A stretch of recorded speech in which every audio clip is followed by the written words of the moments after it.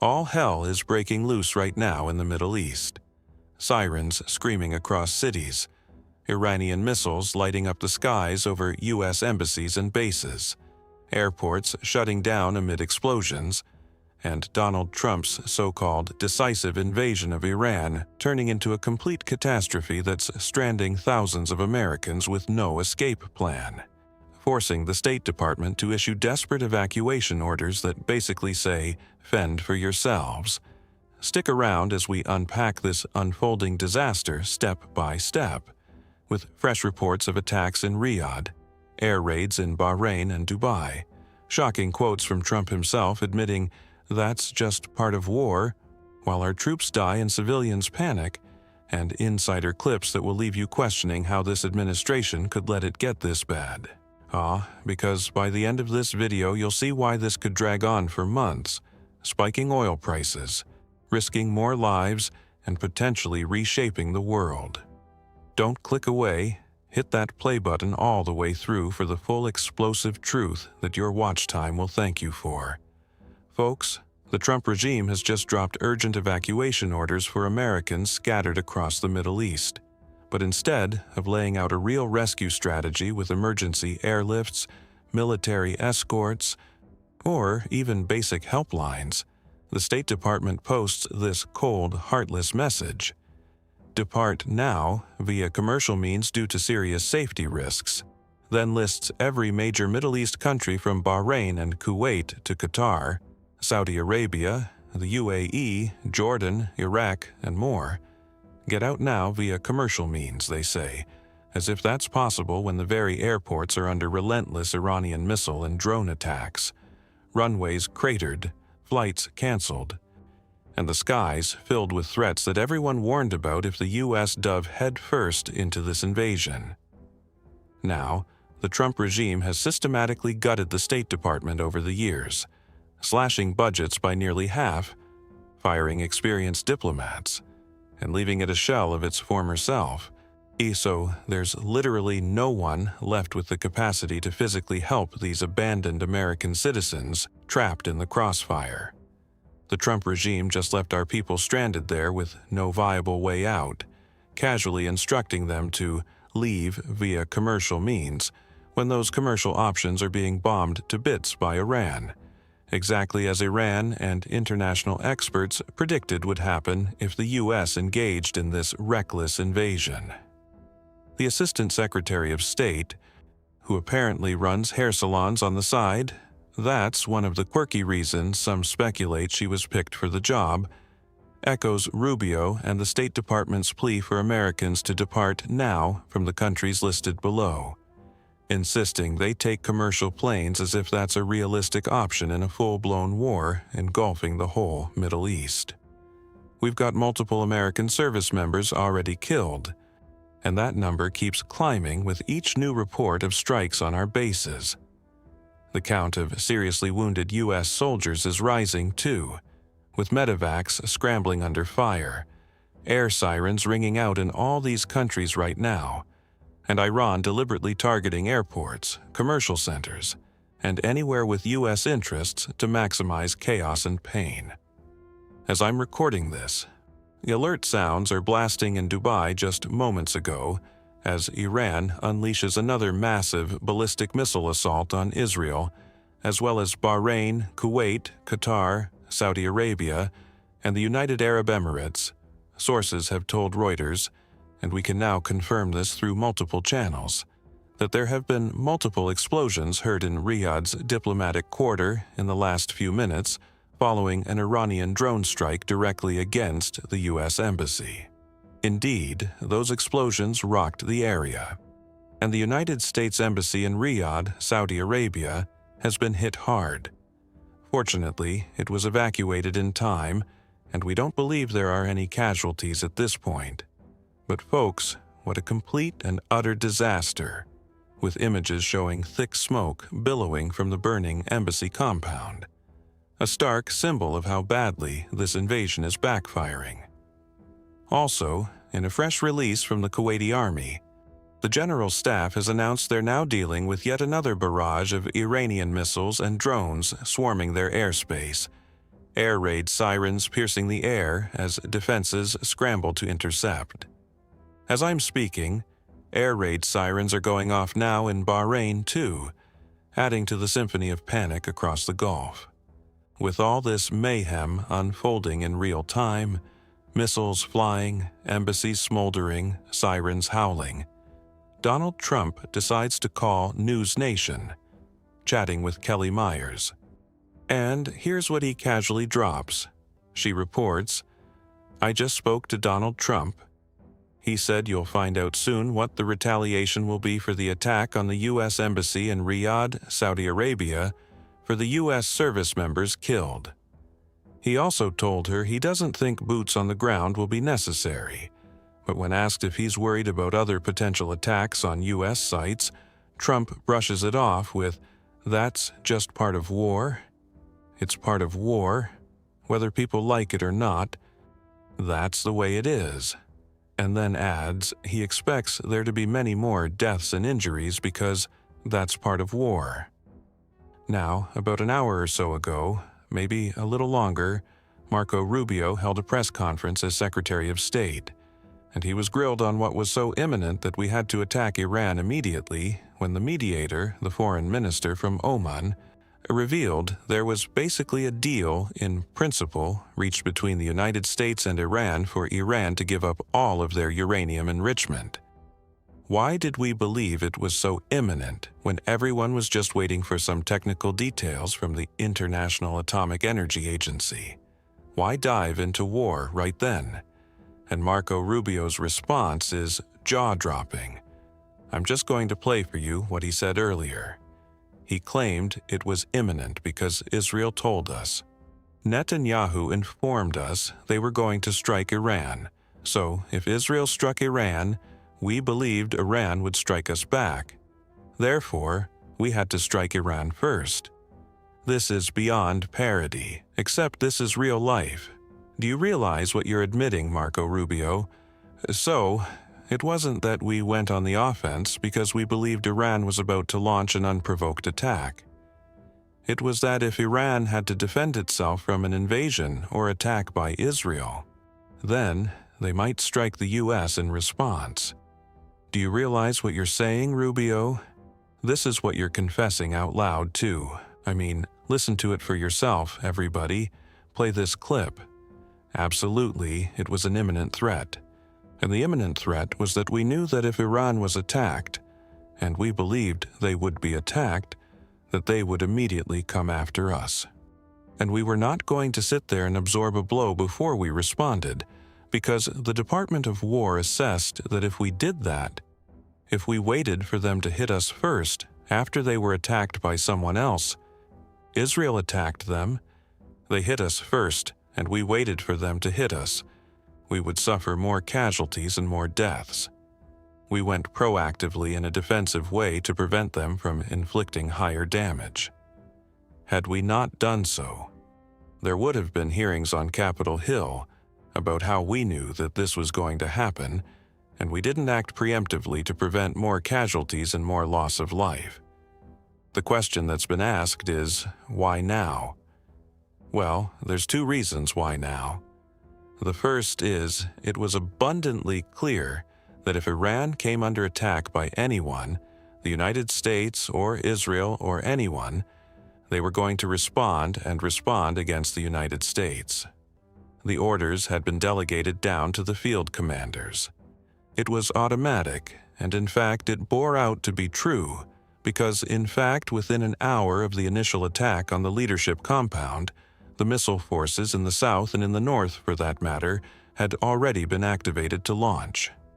In fact, those had already been prepositioned.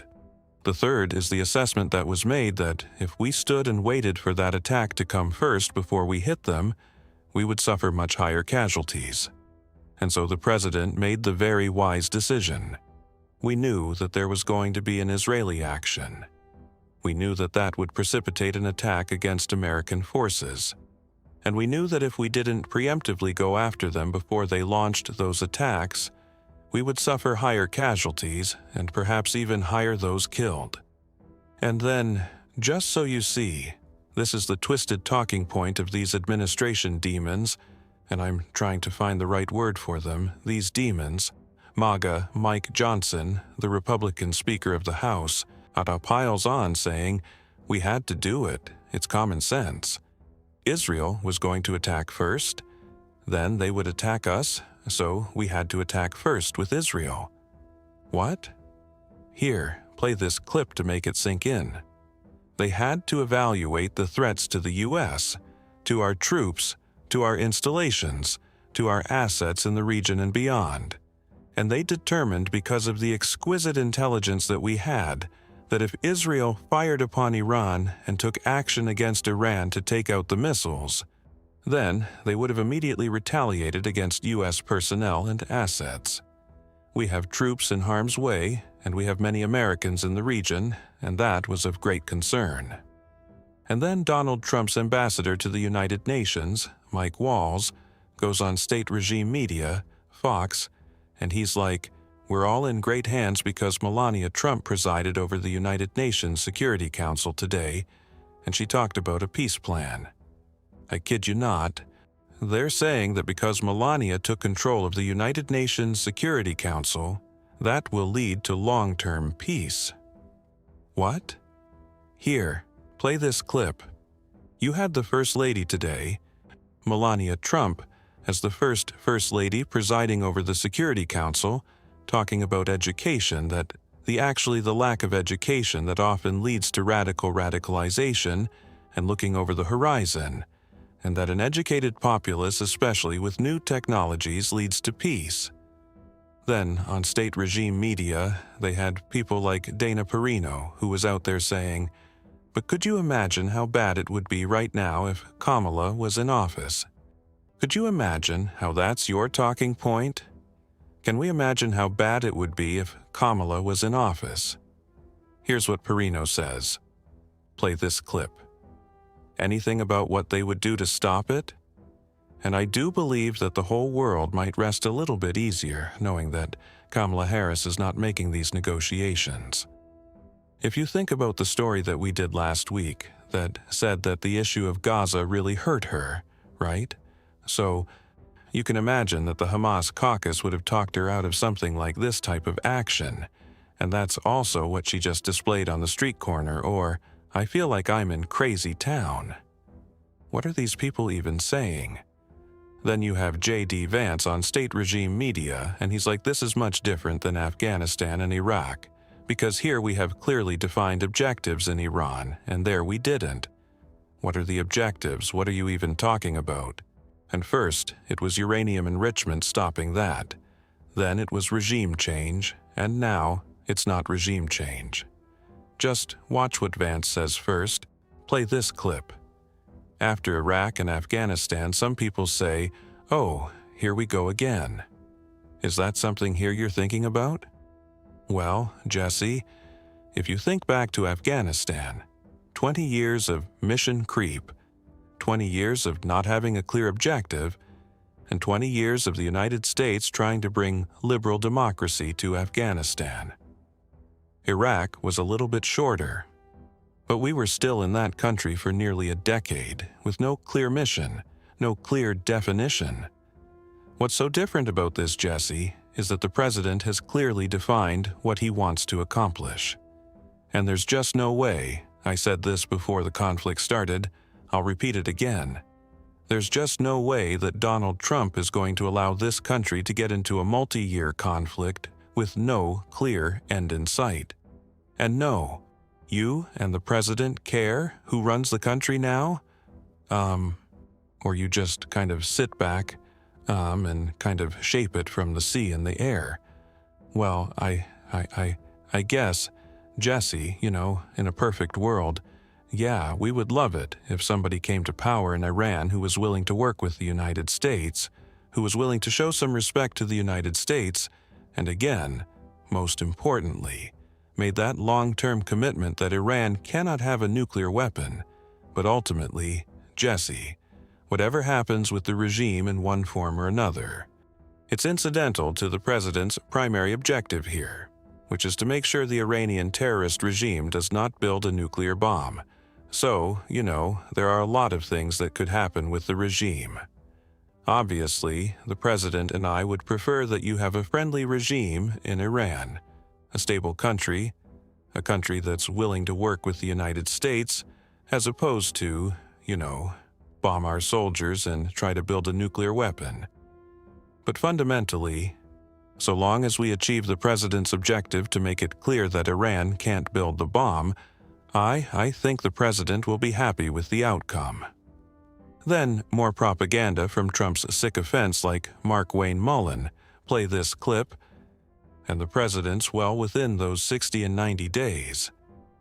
I mean, think about it. In less than 4 or 3 days, really, we have almost eliminated their ability to even conduct our reasonable strikes. We've taken out their leadership and 40 other individuals. As the president joked about, while ago he's creating jobs in Iran, which I thought was hilarious. Tommy Tuberville, who's never served in the military and never been to war, play this clip. Buttons to the missiles and started hitting their neighbors, and the neighbors are all mad now. So it's just unfortunate. We lost, what did you said earlier? 6 people now, and at my understanding they were in Kuwait and one of their neighbors, and they got hit, so it's just unfortunate that happened. But this is war. It's going to get worse before it gets better. But I'm telling you, who's going to win this war? United States of America is going to win this. While the Middle East is on fire, while there are emergency investigations taking place, here's what Donald Trump just posted on social media. It's a real post. The White House Correspondents Association has asked me very nicely to be the honoree of this year's dinner, a long and storied tradition since it began in honor of our nation's 250th birthday, and the fact that these correspondents now admit that I'm truly one of the greatest presidents in the history of our country, the GOAT. According to many, it will be my honor to accept the invitation and work to make it the greatest, hottest, and most spectacular dinner of any kind ever, because the press was extraordinarily bad to me. Fake news all right from the beginning. I boycotted the event and never went. However, I look forward to being there this year. That's a real post that he made. Or, how about this? The radical left Democrats, a party that's completely lost its way, are complaining bitterly about the very necessary and important attack by the United States and Israel on Iran. What most people understand is that they are only complaining because I did it. And if I didn't do it, they would be screaming, "Why didn't Trump attack Iran? He should do it immediately." What a broken and odd human being.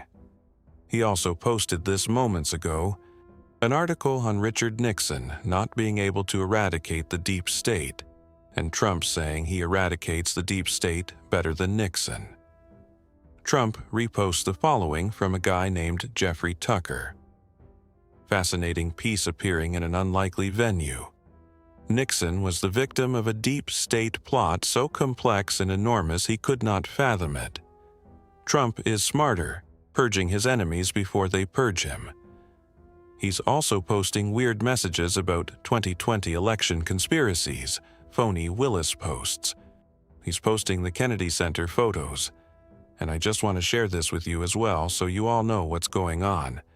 This is Major General Randy Manor, who's currently stranded in the UAE.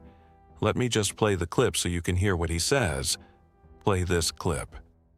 But General, when you see Pete Hegseth, the defense secretary, saying that the strikes in Iran aren't going to spiral into something more protracted or bigger, he declares this is not Iraq. This is not endless. Do you have confidence in that? It seems to me that the purpose and mission have been shifting over the past few days and the past few weeks. Initially, it was to ensure that they could not continue to develop nuclear weapons. Now, it's about regime change.